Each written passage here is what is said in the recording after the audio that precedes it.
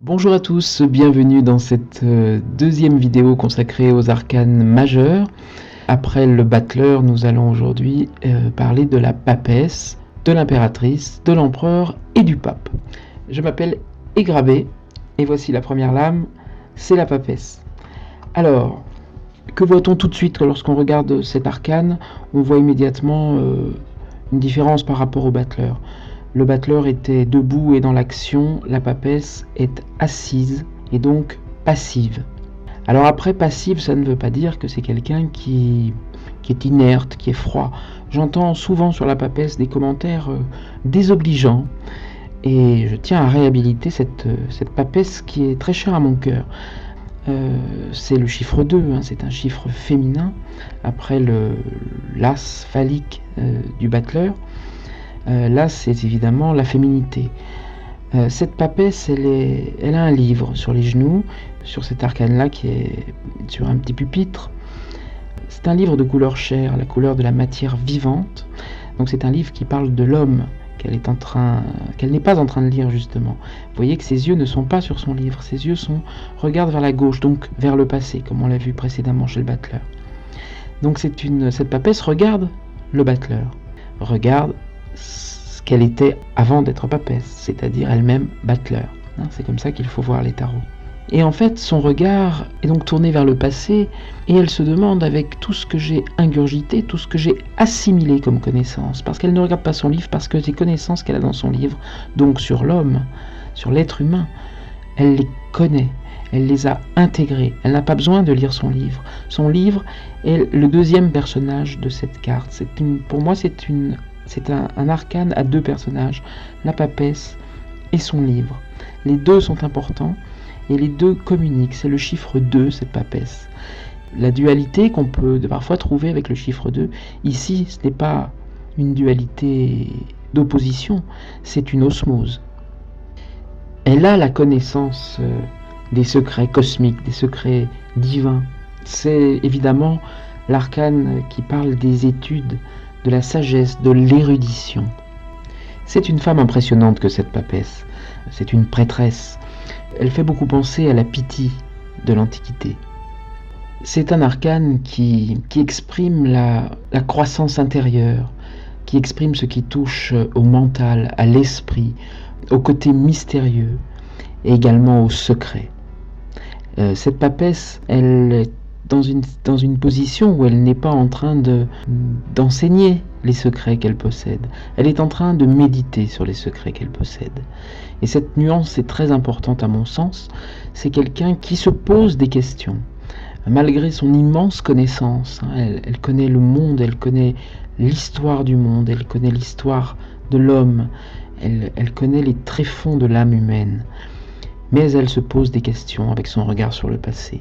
Elle est en train de se demander que faire parfois aussi de cette connaissance. Elle est au sommet du monde, la papesse. Elle dirige de loin, pas sur un plan matériel, mais sur un plan spirituel. Et on remarque bien sûr ce grand voile qui est derrière sa tête, qui fait penser au voile d'Isis, je vous invite à vous y intéresser, et qui est certainement un voile qui l'aide à ne pas succomber aux tentations. Donc elle est très, très intelligente, cette papesse, elle est très spirituelle, elle est très intériorisée, oui, elle est très subtile, elle est très profonde. C'est une personne à qui on aimerait beaucoup demander conseil, mais qui distille ses conseils avec parcimonie et d'une manière assez hermétique.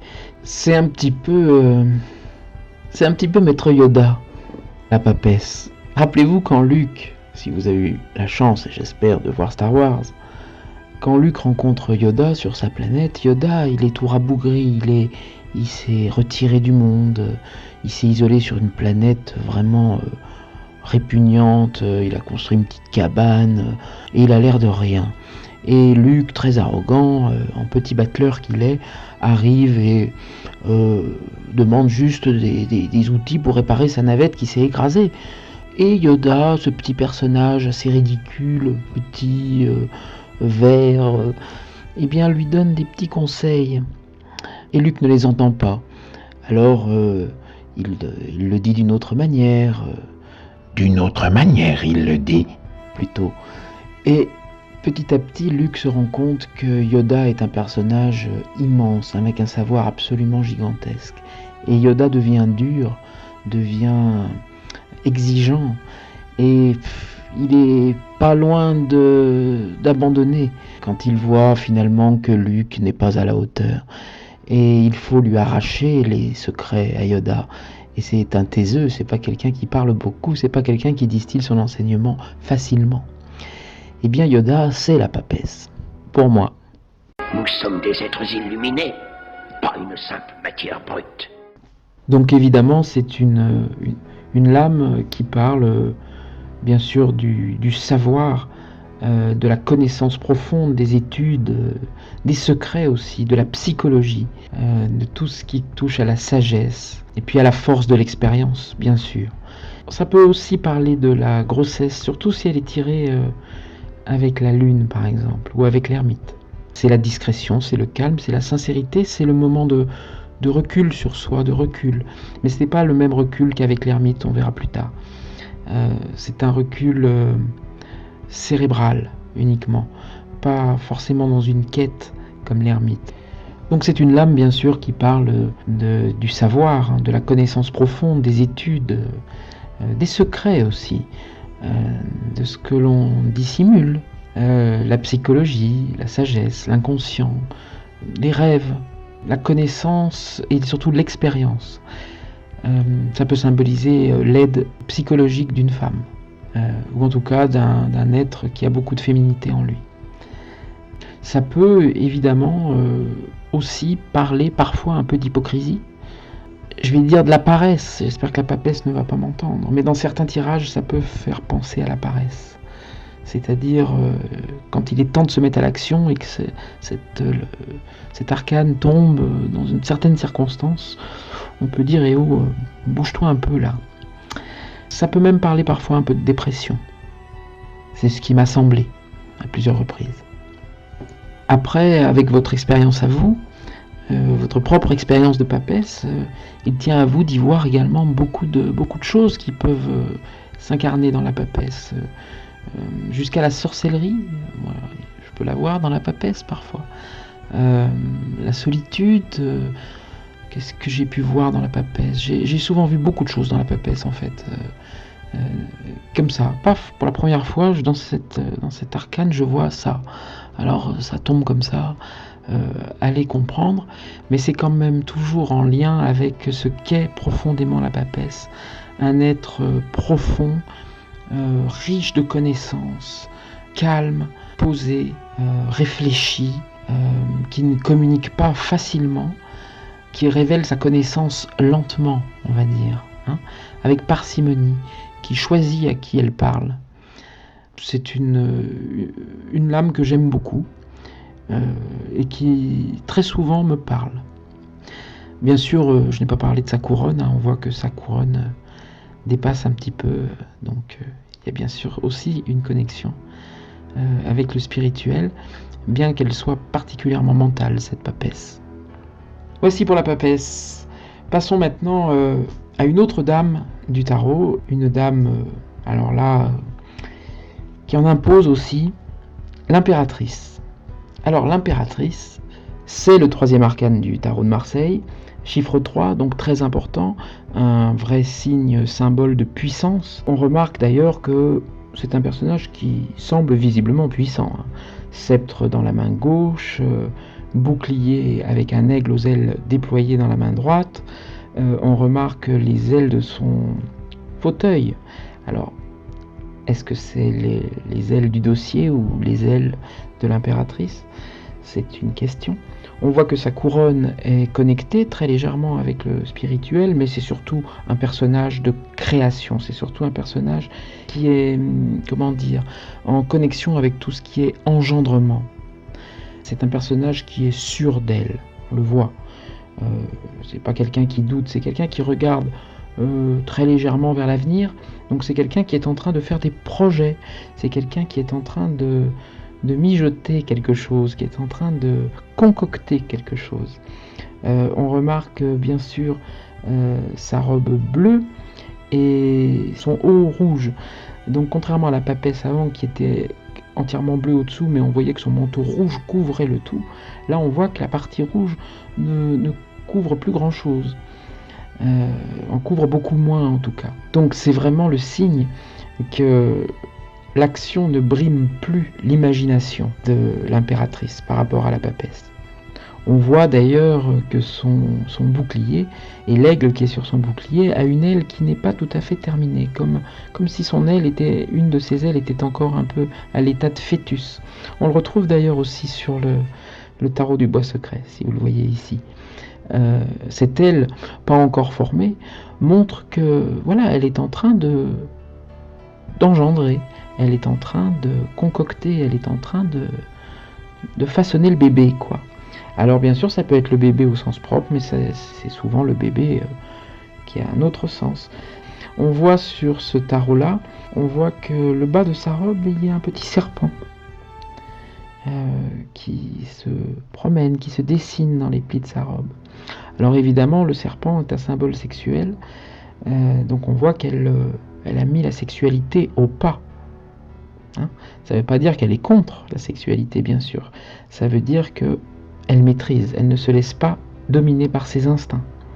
On remarque aussi, vous voyez sur le côté là, une sorte de petit cendrier. Alors ce petit cendrier là, sur ce tarot là, c'est un petit bénitier bien sûr, et c'est une coquille Saint-Jacques. Saint-Jacques, ça fait penser bien évidemment à une initiation bien connue, puisqu'on fait la route jusqu'à Saint-Jacques de Compostelle. Il y a un rapport avec Saint-Michel également, qui terrasse le dragon, c'est-à-dire qui place le dragon sous terre. Et quand le dragon est sous terre, eh bien, le dragon sous terre, il est terrifié. C'est un petit hommage à la langue des oiseaux des alchimistes. On remarque également dans les plis de sa robe en bas une lune noire, que vous pouvez apercevoir. Donc la lune noire fait bien sûr penser à la déesse, à Isis, et bien sûr à la Vierge Noire, qu'on trouve beaucoup dans le sud de la France. Je vous invite à vous y intéresser, c'est des traditions qui remontent à très très très loin, même beaucoup plus loin que les arcanes du tarot de Marseille, bien sûr. Et c'est toujours intéressant de retrouver ces symboles dans des tarots. Donc la papesse avait assimilé les connaissances, l'impératrice, elle, s'autorise totalement à les utiliser. Elle fait des projets, l'impératrice. Ses idées sont claires, elle est belle, bien qu'on remarque peut-être, regardez, une petite pomme d'Adam. Qu'est-ce que ça peut inspirer? Ça, vous êtes libre. C'est la seule femme du tarot de Marseille qui a une petite pomme d'Adam. Pourtant, elle serait peut-être enceinte. Donc c'est une mère en devenir, c'est une puissance créatrice, c'est la vie. Elle est dans une maturité épanouie, elle vit au cœur de son époque, elle assume son rôle de femme, ses responsabilités. Elle est en couple avec l'empereur qui vient juste après. Donc elle symbolise beaucoup de choses, la communication bien sûr, la volonté créative, je l'ai déjà dit, l'intelligence, l'élégance, la séduction. C'est une femme bénéfique, donc ça peut être également une bonne conseillère sur un plan moins psychologique que la papesse, mais sur un plan plus pratique de la vie, des démarches à faire, des choses. C'est une bonne conseillère dans un tirage à ce niveau-là. Évidemment, elle peut aussi symboliser des choses un peu frivoles, peut-être même un peu de dédain. C'est une femme qui peut être autoritaire, qui peut opposer son veto. C'est une femme, quand on ne sait pas la prendre comme il faut, avec qui on a du mal à communiquer, qui a parfois un ego un peu mal placé. Voyons son pendant direct dans les tarots, c'est-à-dire l'empereur. Alors, l'empereur, le voici. Alors cet empereur, on le regarde et on voit tout de suite un personnage puissant. Sa barbe grise, ses longs cheveux, signe de puissance, son casque couronne, orné d'un petit compas d'ailleurs. On voit qu'il tient dans sa main fièrement son sceptre, Et il est sur un fauteuil, mais il n'est pas totalement assis. Il est un petit peu sur le bord du fauteuil. Ça sous-entend peut-être une certaine vigilance, en tout cas une réelle conscience de la nature éphémère de chaque chose. On remarque son bouclier à ses pieds. Là, l'aigle, contrairement à l'impératrice avant, il est terminé. Là, ses deux ailes sont totalement terminées. L'aigle est fier, posé, construit. L'impératrice a fait du bon travail. On voit évidemment ses jambes, on remarque ses jambes et on voit tout de suite un chiffre, le chiffre 4. 4, c'est le chiffre de cet arcane. 4, c'est le carré. Et le carré, on le voit très bien dans l'arcane du bois secret que j'utilise. Il est bien symbolisé là. On voit même le bouclier sur le côté. Contrairement à l'arcane du bois secret, là, dans l'arcane qui nous intéresse aujourd'hui, l'arcane traditionnel, l'empereur est tourné vers la gauche totalement, c'est-à-dire totalement vers le passé. C'est évidemment un homme qui est conscient de sa position sociale, conscient de sa réussite. Il ne se pose pas particulièrement de questions quant à l'avenir. Il toise son royaume, tout simplement. Son regard tourné vers la gauche, bien sûr, regarde la lame précédente, c'est-à-dire l'impératrice. On y voit donc tout de suite un sens de la protection, un esprit protecteur de l'empereur. On peut d'ailleurs remarquer que l'impératrice a son sceptre qui penche un petit peu aussi vers l'empereur et que son regard, bien que son corps soit de face, son regard est tourné également vers lui. Ce qui en dit beaucoup sur leur relation à eux deux. On apprend donc par là que lorsque l'empereur donne sa confiance, il le fait totalement, sans double jeu. C'est quelqu'un de franc, de loyal.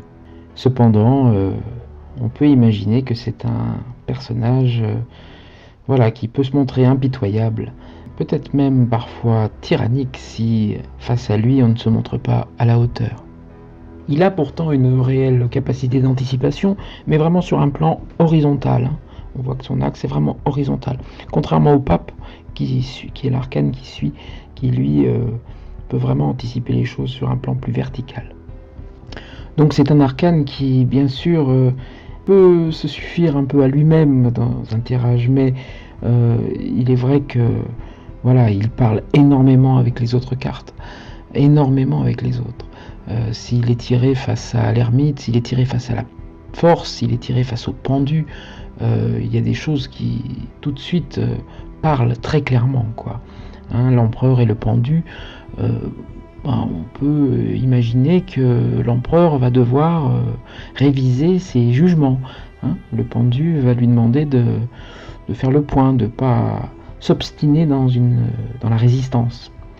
Donc c'est un arcane très intéressant, l'empereur, très fort, très puissant, symbole évidemment d'autorité, de réalisme, de stabilité, des bases solides, quoi, du concret, le travail, la construction. Il peut aussi symboliser la rigidité un peu extrême. Il peut faire preuve d'un peu de sectarisme. Il peut parler de blocage matériel, des fois de mauvaise foi, vous savez, la mauvaise foi des gens trop matérialistes. Un peu macho aussi, l'empereur.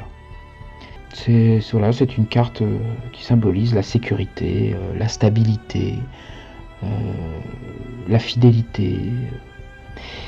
Passons ensuite au pendant de la papesse maintenant, c'est-à-dire le pape. Le voilà, le pape.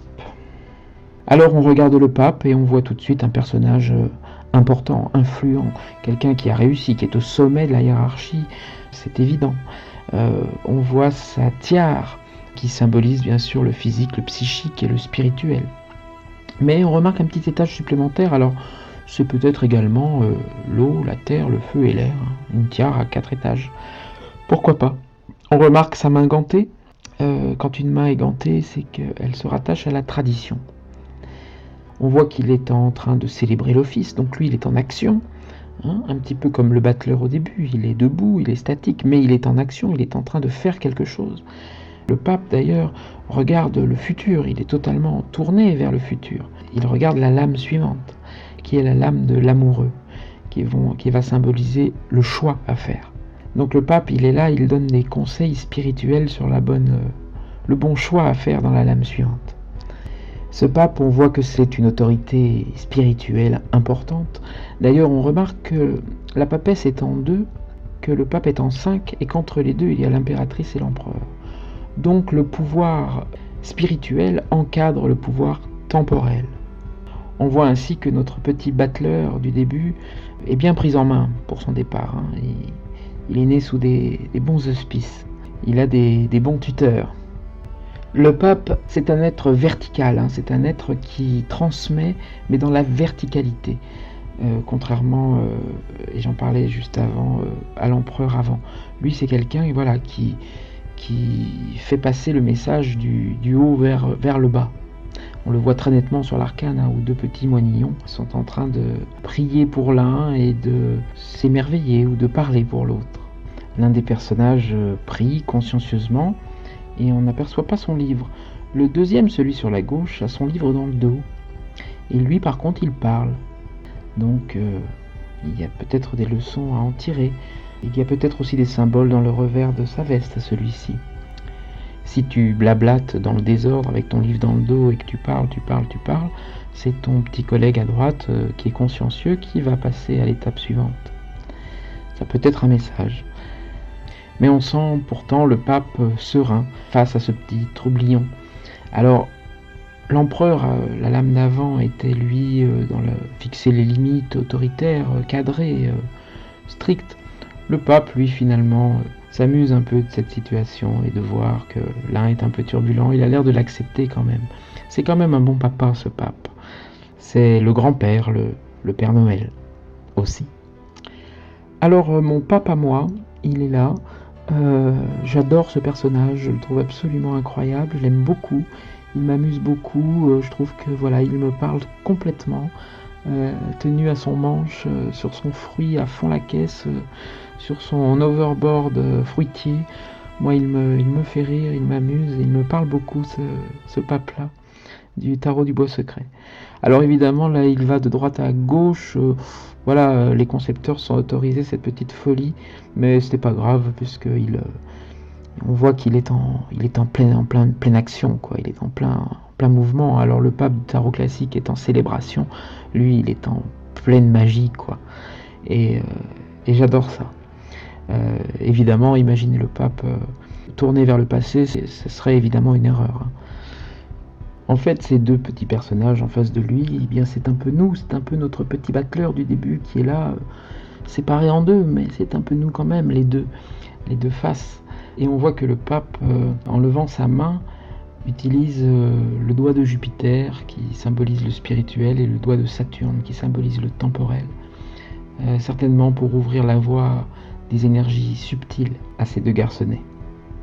Donc ce pape, c'est vraiment un guide spirituel, un père. Donc il symbolise bien sûr l'enseignement, la psychologie d'ailleurs, comme la papesse, le mysticisme, la réflexion constructive. Il peut parler aussi d'union, de contrat, de mariage bien sûr. Mais parfois, dans certains tirages, il peut apparaître sévère, il peut apparaître un peu dogmatique. Il peut symboliser parfois les mauvais conseils et même le divorce, s'il sort avec la justice par exemple. Mais son niveau de conscience est élevé. C'est un personnage qui exprime une partie de la volonté cosmique, il donne sans retenue à qui veut recevoir. C'est le pape. Voilà pour ces 4 arcanes du tarot de Marseille. Nous passerons après aux lames suivantes. Je ne sais pas encore comment je vais les organiser, j'ai une petite idée, mais je préfère pas le dire parce que je ne suis pas tout à fait sûr. Donc je vous invite à aller regarder, comme ça vous aurez la réponse. J'espère que ça vous a plu. N'hésitez pas à commenter, n'hésitez pas à poser des questions, j'y répondrai.